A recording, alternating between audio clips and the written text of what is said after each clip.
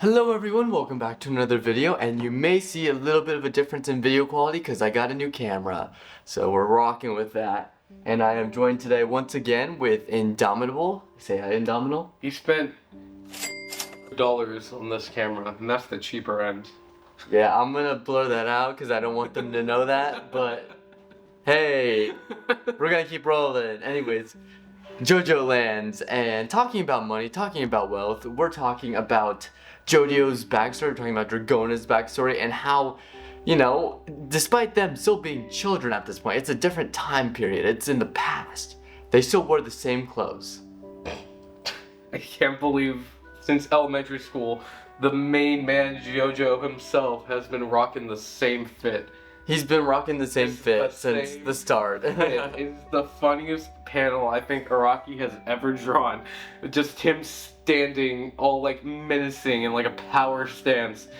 But he's like, you know, an elementary school child. But it's the same outfit we see him in high school. See, you know what's really funny? I actually kind of got spoiled for this chapter, so Twitter was going crazy with it. They're like, oh my gosh, new JoJoLands chapter dropped. And it was the first time I saw people talking about it. And one of the images I saw was a younger Jodio. I'm like, oh, they're finding a Stan user who can de-age them. Like the one guy from part 3. And then I look at this, I'm like, oh no, that's just them as children. Took me so long to read the chapter because I couldn't stop laughing at the image. It's a great image. Honestly. It is amazing. It's a beautiful image. Yeah, but I will say, if you have drip, don't change it. I mean, rock this it is just every day. I guess that was, you know, how Jodio helped Dragona, was helping Dragona attain the drip, you know.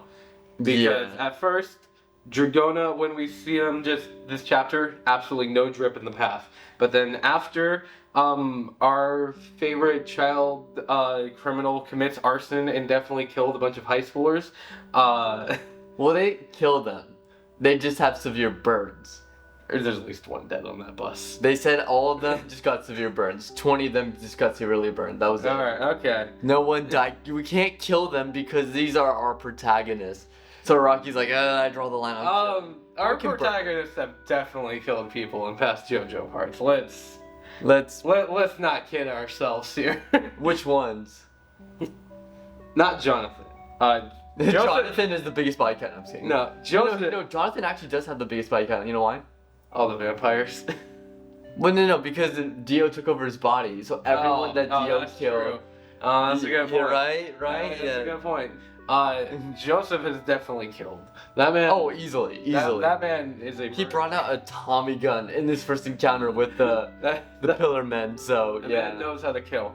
I'll say this. I think Jotaro is the biggest soft baby when it comes to killing out of any of the JoJos.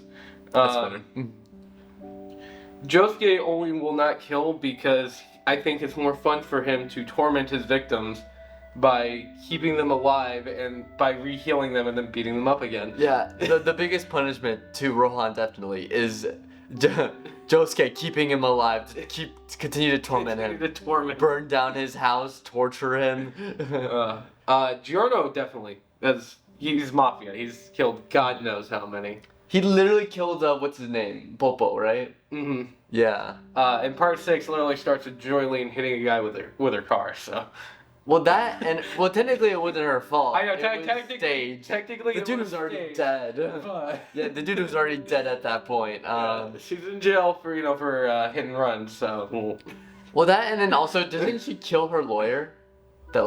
She did. Yeah, she kills her lawyer because she killed her lawyer that was paid by Pucci to be a horrible, horrible lawyer. Yeah, that's fair. Yeah.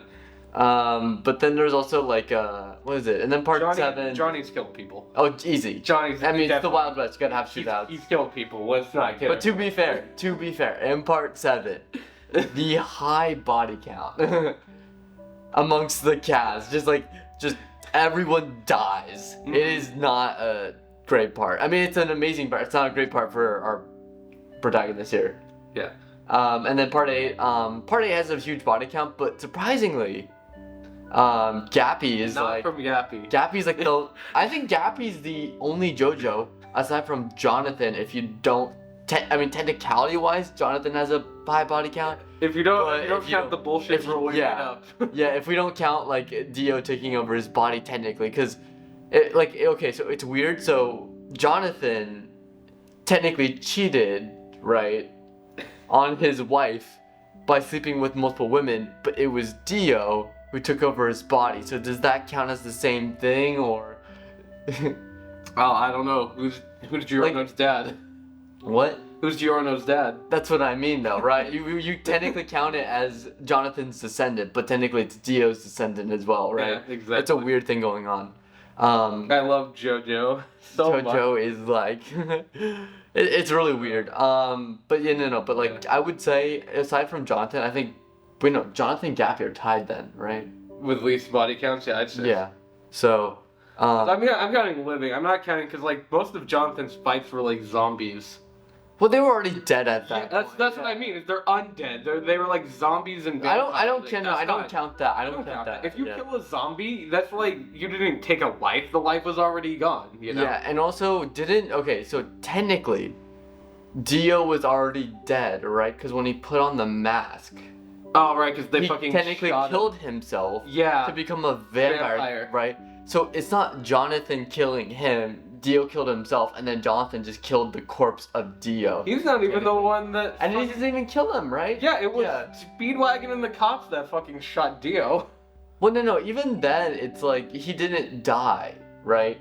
Technically, by Jonathan's hand, because his head still survived, right? Mm-hmm. So, because at the end, remember at part 1, he like Dio cut it off over, himself. Yeah. Took over his body. So technically, Jonathan hasn't killed anyone. Yeah. Technically, right? No, Jonathan has not killed anybody. Yeah, because he's literally fighting vampires and zombies. He's fighting the undead. If you kill an undead, that does not count as taking a life. Yeah. Because the life is already gone. I think it's so dumb in fiction when characters are like, oh, I don't want to kill anyone. I'm like, you're fighting zombies. They're already dead. It's like they're monsters. Like at this point, yeah. You know?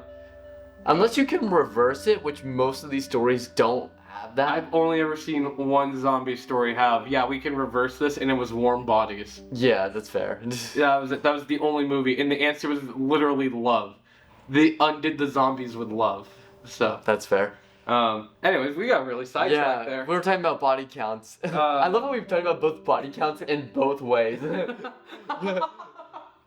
We're like, yeah, Dio got busy, and then we're also like, oh yeah, Dio got busy murdering people.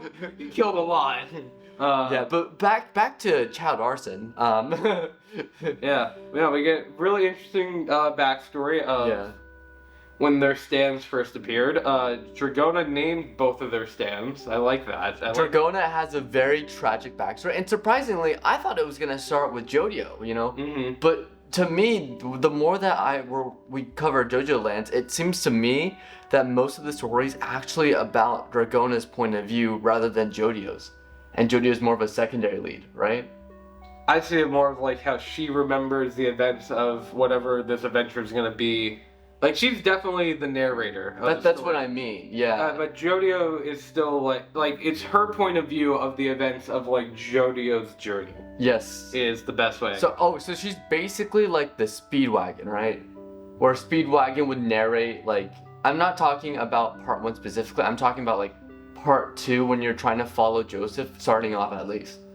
That's a good way to put it, but the way I was thinking, it's like Katara is the narrator of Avatar: The Last. But then Aang is that's a good comparison. Yeah. That's actually a better one. So like everything you see, like this whole journey, everything they do, Aang's, how Aang goes about it, it's through we're being told it through how Katara remembers it. Yeah. So. And that's a fair comparison. Yeah. But yeah, I was looking at I thought this girl was gonna be really chill. Cause absolutely the volleyball scene.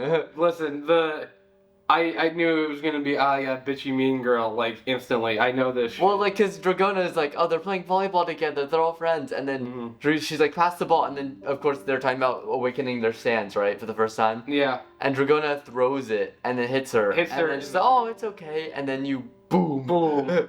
And then it's No, like, listen, oh yeah, you it's get like- that panel. You gotta get a read on these characters, especially in JoJo. She was gonna be a bitch. Well, okay, the thing with JoJo is whenever a character is super nice, at least starting off, they're like they're gonna be like the biggest asshole ever. And then when you meet someone who's like a big asshole, they turn out to be one of your best friends, right? Like, think about it. Unless they're Speedwagon was that way in part 1, right? Because Speedwagon was trying to mug Jonathan. Yeah, he was a mugger. Yeah. He literally tried to stab him. Trying to kill him. And then same with Polnareff, right? Polnareff's like, and Kakyoin too, right? Kakyoin. They're like, fuck you, Jotaro. And then they're like, okay, let's be best buds. Stroheim is a Nazi. That's fair. I'm just saying. And you could technically say Joseph was best buds with him. That's true. Never, was it? never asked Joseph Joestar what he was doing.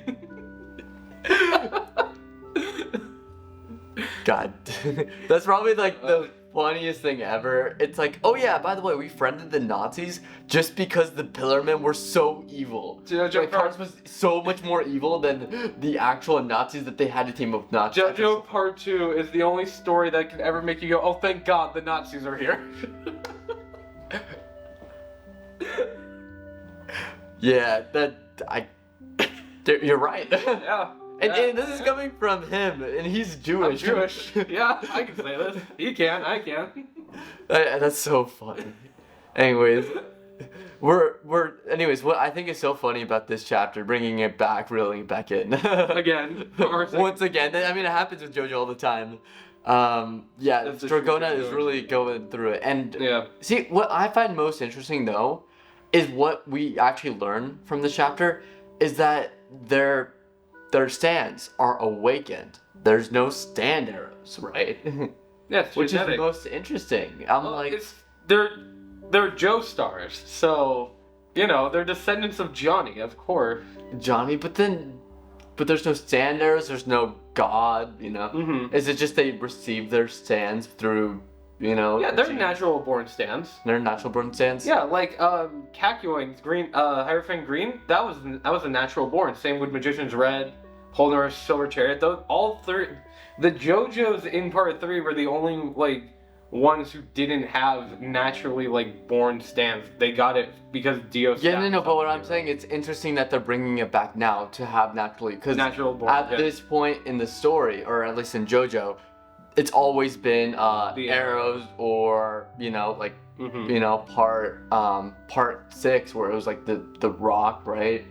There's always It was something. like it was part of the arrow, is what it was. It was like Yeah. a small fragment of it. yeah, Still got stabbed and still counted. yeah, but like that's my point though. It's like there was an activation, but like here it just seems Even like then, those parts still had people who were like naturally born. I guess, but this is the first time I'm talking about like the main cast. Like yeah, that's true. Yeah. This is what. I will say this chapter has made me love Jodio so much more. Yeah, Yeah. he's a psychopath, and he In the best way but possible though. he's a psychopath Against because people he's who defending wronged his them. family. Yeah, it's like yeah, I don't like him because he's a psychopath, but he's doing it against people that, you know, deserve it, have it coming to them. So I mean, can't go wrong there. But yeah, like I love that we're going into their backstory. I love that, you know. Trans ally Jodio Joestar. Yes, absolutely. And how Jodio is really going in there. And I mean, okay, there is a little bit of a like trigger warning in this chapter. I didn't expect. It reminds me a lot of Part 7, because Part 7, especially with what's that one? The wife of the president. Oh. Or not? Yeah, no, not the wife of the president. The wife of the mayor, right? Is it? Are you? No, not Lucy. Is it Lucy? I think it's Lucy. Right? Lucy Steele? Yeah, Lucy Steele. Yeah. Remember, or it wasn't the mayor. It was the manufacturer, right? The manufacturer, like the president or whatever, right? The guy who sponsored the Steel Ball Run. Yeah. So Lucy, she had a scene with President Valentine. Yeah. Or Funny Valentine, I guess. Yeah. Well, it's same. Same thing. Yeah. President Funny Valentine. But there was a scene, and I remember reading this in the car because I wanted to read JoJo. And I was in the car with some other people, and we were being carpool. It was actually to a film set. It was so funny. You didn't. Yeah, I was reading Part 7, and I'm like, oh, it's JoJo, right? Because at this point, JoJo's actually pretty tame, at least 1 through 5. Well, clearly, we must have been reading and watching. I'm saying it didn't get too extreme until this point. Okay. Because part 6 gets pretty intense, and part 7 specifically, especially that one scene with President Valentine, where it was just her and President Valentine, and she was like he was showing her stand, and he was like trying to grab her, right? There was that whole scene. I was like, damn, this is intense for JoJo even, right? Yeah. So that's what I was talking about, because I'm like looking at this and I'm like, I know the scene you're talking about. It's intense. Yeah, it's bad. Yeah, so Yeah. which I mean, it makes sense because you want to vilify, you know, these you want to characters. justify the arson that Jodio's about to commit, but like just watching it, I was like, damn, how far is Araki gonna take this? Because it's like unzipping of pants and stuff, right? Mm-hmm. Like it's full bad. on essay, and then 100%. and then you know the whole it's just like a torture scene, and then Jodio comes in. Jodio just pops in with the funniest fucking stance I think I've ever seen in my life. With the hands in pocket. Hands in pocket, the same, like a miniature version. It's literally just him, but small. Yeah. It's so funny. Yeah, it's so fun. It almost looks like he's like a little too short even for his like stature. I know. Maybe it's just. It's really funny because Araki, he definitely just like shrank the normal like Jodio model is what I'm looking at, because like he still has the same muscles. And now that I'm looking at it closer, his pants are baggy, so I wonder if it's the same pants he wears. Like he didn't even change pants. He just kind of grew into. He just grew into his clothing. Yeah.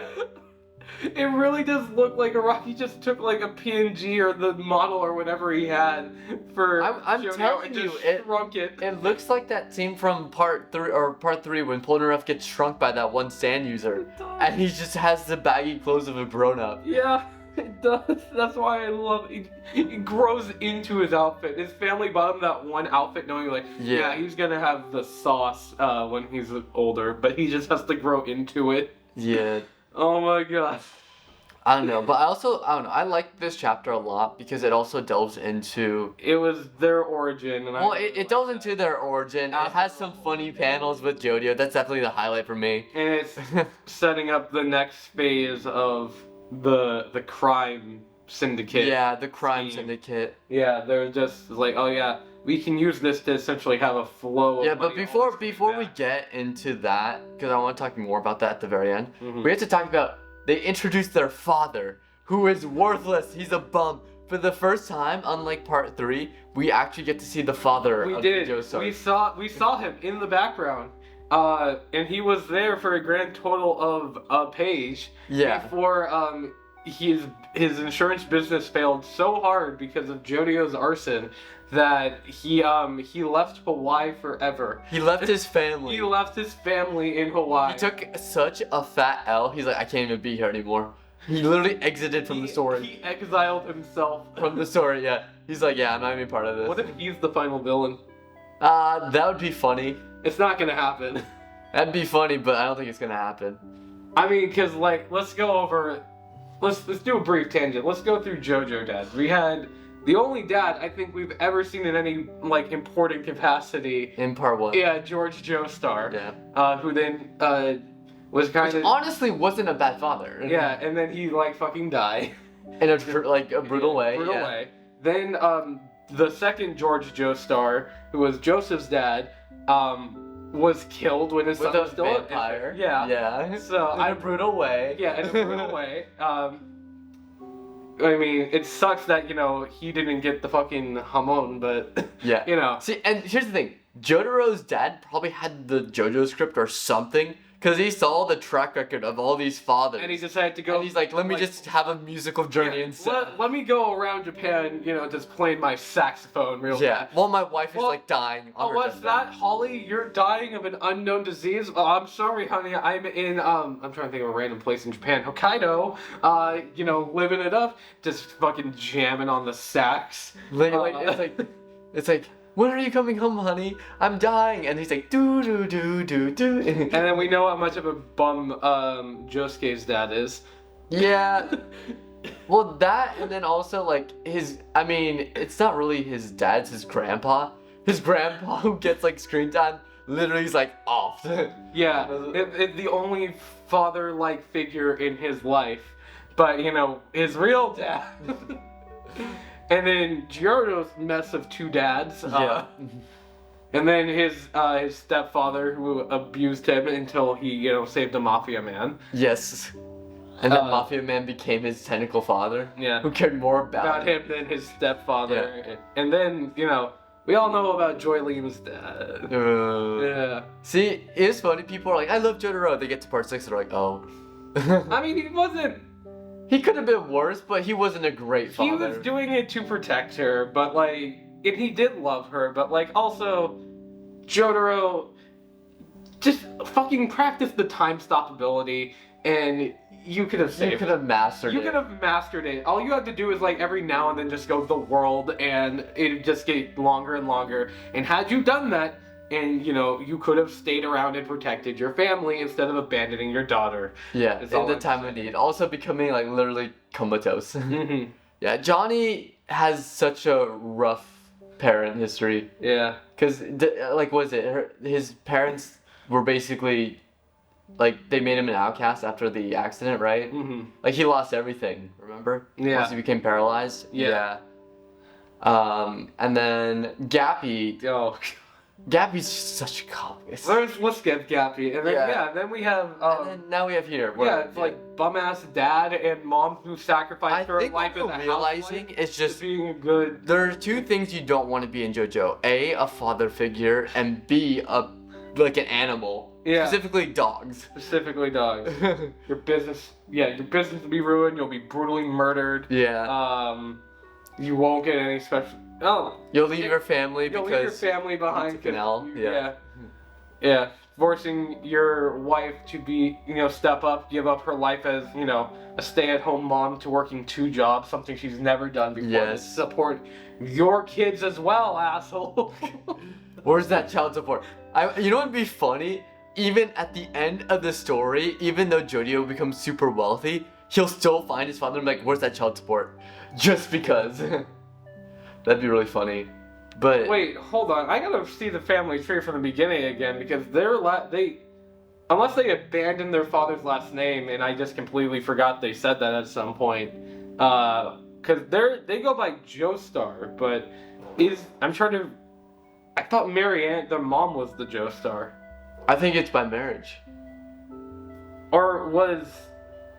I think that's... Because I remember they gave us... To be fair though, Jotaro was the same way. Right? Oh, no. Yeah, he was... Because... but he wasn't a Joestar. Yeah, but right? but his name is Jodio Joestar. Jotaro is still a Joestar, even if his last name is Araki's Kujo. probably just Jotaro Kujo. Hold on, I gotta look up their family tree. Oh. You gotta get your evidence. Yeah. Give me the other family tree. I just love in part 8, they're just like, oh yeah, by the way, this new universe, here's the family tree. And you think it would be something simple, right? When you're first starting off reading this. This is probably the grandson of, Johnny. No, it's it's a whole nother family tree. I just think that's so funny. With extended families, cousins, it's a whole mystery. Yeah, Barbara Ann Joestar, an unknown father, and the star mark is next to her name. So, I guess they just abandoned their bum-ass father's last name. Which they should, because they abandoned them. I mean... Yeah. Good on them. Ugh. But yeah, I don't know, I think... Oh yeah, and then let's go to the very end here. Mm-hmm. Where we're talking about... Charmingman. Charmingman joining the crew for the first time. And surprisingly, they said a lot of money. Yeah, he also said alive in quotation marks for his brother. So, I don't know what that means. He's alive. Yeah. What do you mean alive? He's being slowly tortured to death, but he's still technically living? You want to put your brother out of misery? Misery? Is your brother a rock human now? What? What does that mean? Yeah. I don't know. We don't know jack shit about this lava rocks or, the fucking hole his brother fell in. We just know it's in Hawaii, and we know there are rock humans in this universe. And, unlike the vampires, Araki has not abandoned the rock humans, so... You say that right now. Imagine if he did. He's like, oh yeah, by the way, no rock humans here. You know what? That'd be so funny. He introduces lava rock. There's no rock humans. No rock humans. Like, yeah, there's a bunch of holes that just start showing up. No rock humans.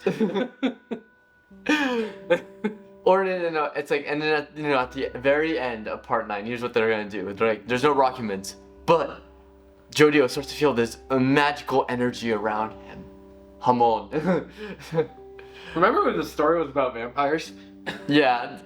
Do you remember when they introduced dance for the first time? Because Araki's like, I got bored. Yeah, it's like, Hamon kind of sucks. Let's get a better power system. And then there's like an improved version of Hamon. Introduces a completely new concept. Yeah. I do remember that. I do also remember that Araki, had, like, Jotaro, like, easily defeat the last vampire we ever see in the series to show that, vampires don't matter anymore. And that was at the very end of part 3, too, so. Yep, Ugh. Which is fair. The vampire thing also, the last time the vampire thing came up was the fact that they defeated Vanilla Ice, because he was turned into a vampire right before the Polnareff fight. Yep. That was the only reason he won that fight. He was going to die. Yeah. I just realized they killed all the vampires. Yeah. And the JOJO, They're gone. They're extinct. They're gone. That's why I didn't stop seeing them. But, like, also, again, Dio actually, like, handicapped Vanilla Ice, because had he not made him a vampire, Vanilla Ice would have won that fight. He would have won, yeah. He would have won. Polnareff would have died, and then he would have taken care of the other 3. I think that's so funny. So had Dio not made him a vampire to, like, show his loyalty, Vanilla Ice would have beat them right there and then. But here's the thing, it's always Dio's arrogance that really kicked, like... Yeah, Dio lost because of how arrogant he was. Yeah, shoots himself in the foot. Yeah. He wasn't as all godly as he thought he was. Yeah, but... I still want to know why he was just randomly in a church in Florida, but... we'll never know. We'll never know. Yeah? Anyways, before... Yeah. we end, I want to cover the system of flow of money. And right here, there's a point where they talk about money. And they're like, oh, so like you could get all, I think it was a combined 40%? Mm-hmm. Or 30%? I'm trying to find it right. It's literally like the last panel. Yeah, 20%. I think it says 4%. 4%, sorry. Yeah, so 4%, and they're saying that it could be close to 50 billion. So that's still a lot of money. That's a lot of money. Even at 4%, 50 billion, that's still like money. That's hundreds of millions. That's more than I'll ever see in my life. Yeah, hundreds of millions. So that's not a bad deal. But I like how the boss is like, look, if you tap into this, if we find the rock, this is how much we can get. If I worked for a year at my current job, not spending a single cent of my final paycheck at the end of every week, I would still not even be close to. Yeah, I would even be a fraction. I would not even be a fraction. There would be so many zeros after that, like decimal that I point. would not see. Yeah. Yeah, it is crazy. But what I will say is before, like, they talk about money, but they also mentioned something else. I think Araki is definitely telling us to pay attention to, because he mentions the one was destroyed. It's gone. Mm-hmm. And they're like talking about how it's like a fragment now. Mm-hmm. But they also mentioned something else. They mention, I think it's... There are like more lava rocks there. Well, there's more lava rocks and there's a system, but there's also something they mentioned too. I'm trying to find it right there. Where is it? They mention the western slope where the lava tubes are. Mm-hmm. But then they also mention, the land is owned by a company called Howler. Now, guarantee you, if there's any villain, I mean, our predictions were off. If there's Howler's a villain name. Well, it's the company. It's like the mafia, right? So if there's any villain organization, guarantee you, it's probably gonna be the Howler. Wait a second, I'm fucking stupid. So at the start of this, we learned about like the daughter of this like family. And I was like, it's the same fucking company. I'm fucking stupid. And her family is mafia. There we go. Yeah. That's how they controlled all that shit. Yeah. Yeah. Also, So it's a land company. That's classic mafia shit right there. Yeah, so. Alright, sorry about that. It looks like it cut out a little bit early there, but we were just talking about how this company called Howler, just to basically cover what we missed, is what we think are going to be the next villains of JoJo. It's definitely a mafia money laundering company, and they're the same company that belongs to the family of the girl that was bullying Dragona at the start of the chapter. You think so? I think so. There's a connection, okay. I think that's I mean, why else would that detail get brought up that she's from a wealthy family that owns like all this stuff, like the bus company and as well as like the huge donations to the school. So like, you know, and then there's like another company right here. Howler is also very much a villain name. They're gonna be fighting the mafia soon, and it's gonna be the Howler family. Yep. So I wonder how it's gonna go, but you know what's funny? We haven't technically seen any of the main villains yet. No, we have not. Because the only one that they fought was Charmingman, and that was completely unrelated. Charmingman had no connection to whoever. He's just like, I'm just trying to find my brother. And he owns cats that also have stand powers, apparently. That's it, yeah. So we technically haven't even faced a main villain. We're more than a year in. We haven't even seen the main villain. Or at least the main villain of the arc. Like, not even part 4. Like, at least part 4 had, like, something going for it, but... It was villain of the week until eventually, like, yeah, here's the serial killer. Well, yeah, no, but even then, like, the bird. I'm talking about, like, the bird for the first half of part 4. Like, at least you had that, right? Yeah. Oh, it was AC/DC.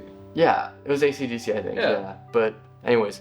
Yeah, overall, I mean, I think this chapter went into their backstories really well, so you got some more motivation. We also get to see how much of a badass Jodio is, defending his sister and all. So, I don't know. I like how where this is heading. Is Araki taking his time with this? Yes. Absolutely. Is that technically a bad thing? No, but it is for us because we're gonna be what 40 by the time this ends. 50. I'll probably be dead, honestly. Yeah, I'll probably, you know what's gonna happen? I'm probably gonna be like, you know, Wild West. It's like, I'm gonna have a duel, and then I'm gonna like, we're gonna fire at each other, and then we both fall to the ground. Or no, he'll fall to the ground first, I'm like, I've won. And then I'll fall down. You're gonna have to like, get a Ouija board out to finish the parts on the chapter reviews. Yeah. I don't know, but I don't know, it's exciting though. Yeah, JoJo has we've been doing this for over a year now. Unfortunately. But I've been liking this part. I've been liking what Araki has been doing, and I'm just excited to see where Araki keeps sending me through a loop. I don't know where it's going. Who knows? Not me. Yeah. Honestly, he could introduce a whole new power system. Instead of like calling sand, it's called like lying or something. I wouldn't question it. It's like, yeah, the power of Rockmon or whatever. Yeah, Rockmon. Yeah. Introduce a new power system. You can control all rocks. That's it. It's just Hamon, but against. Or you know what'd be funny if he calls it like he'll call it like elemental or something, and it's just airbending like Avatar. You know. It's the spin again, but it's like still. The opposite. The stillness. The still. Unlock the stillness. Yeah. But I mean, I would give this chapter probably 8 out of 10. Because it gives a lot of, it's like a great backstory. We get that really funny panel. And I'm completely lost. I don't know where the story's going. And the more predictions we make, the more I feel like... The more wrong we are. I feel like we're spinning so far. We're like, oh my gosh, Araki means this. Like, it's just a theory. A game theory. And then it ends up being nothing, so... It's very much us reading in way too much. Araki's like, I haven't even thought of the main story yet. He's just like, let me just... Araki's just living his life, and we're like reading into it. It's like, what does it mean? And we like have like a board up here. Araki's like, I haven't even gotten started yet. Yeah. So. Now watch this drive. But yeah. Yeah, but we'll see how this goes. And yeah, so thanks for watching, and let me know what you guys think of the higher video quality, because this was a pretty penny to upgrade to, but it's worth it. He's never making that money back. I'm not making that money back. Anyways, thanks for watching, and you guys have a good one. Peace. Are you gonna say bye? No. I'm just gonna cut there.